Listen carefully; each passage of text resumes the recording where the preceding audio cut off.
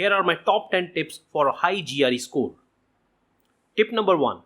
Start building your vocabulary from day 1 of your preparations. Vocabulary is probably the weakest link in the preparation of any student. Quantitative reasoning skills are comparatively easier to master as compared to the verbal skills. And vocabulary is a tricky thing. It is not something that you can master by cramming overnight or doing it in a course of 7 days or 10 days. You have to give it time. So it is really important that you get started with your vocabulary and enhancing your vocabulary as soon as you start your preparations. Tip number 2. GRE is a marathon, not a sprint. By that I mean two things.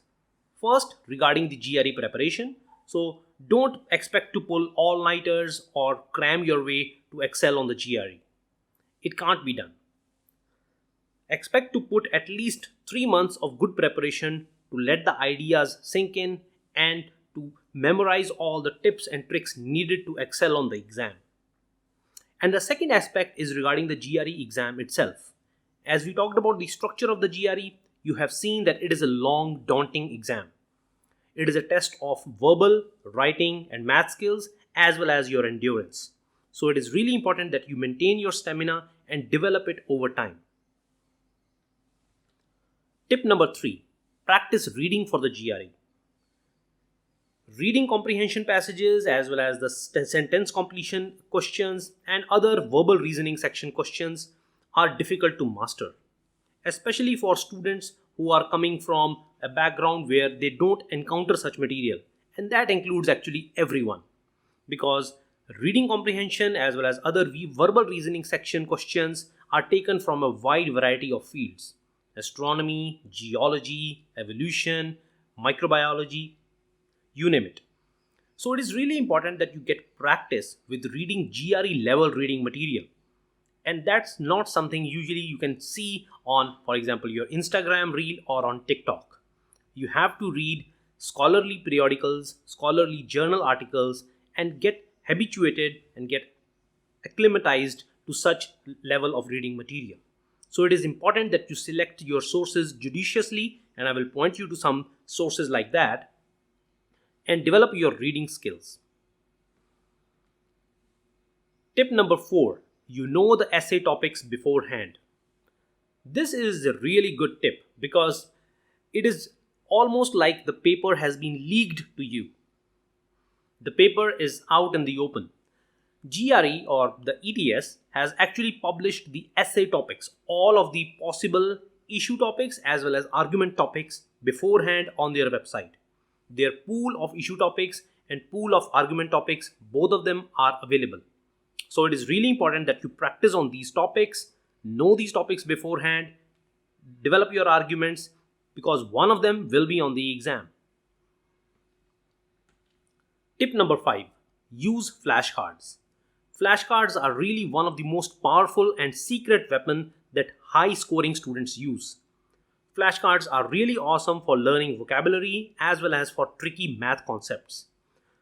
I will show you several apps and websites and various softwares that you can use to make and use your own flashcards, and it is really important that you learn how to use them, make your own, and make the best use of them. Tip number 6. Schedule exam time that suits you. So what do I mean by that? Well, actually, it is really important that you plan ahead and schedule your GRE exam time according to your own rhythm. If you are a morning person, schedule your exam in the morning. If you are, on the other hand, an evening or afternoon kind of person, schedule your exam accordingly as well. It is important to keep that in mind while scheduling your exam because you have the luxury of selecting the date and time of your exam.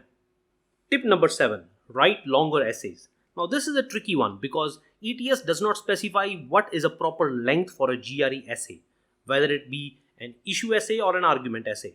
However, analyses by various organizations of high scoring GRE essays has revealed that, surprise, longer essays score higher. So if you have a little bit of extra time during writing your essay during the exam, don't waste it on proofreading or checking a few sentences here and there, but write more.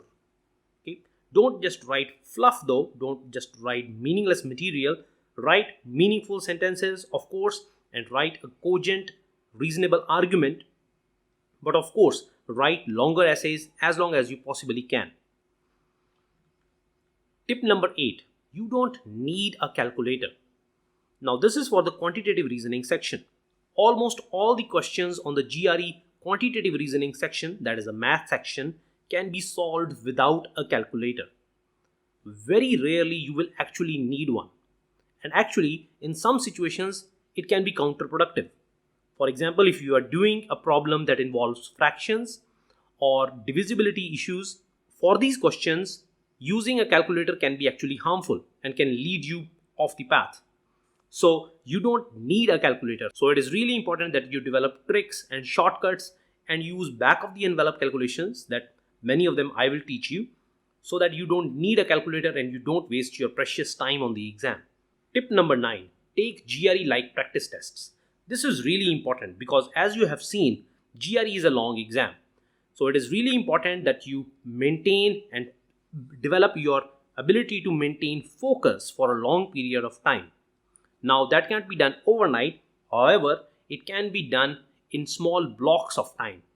Slowly and slowly make progress so that you can do 1, 2 and more sections at a time.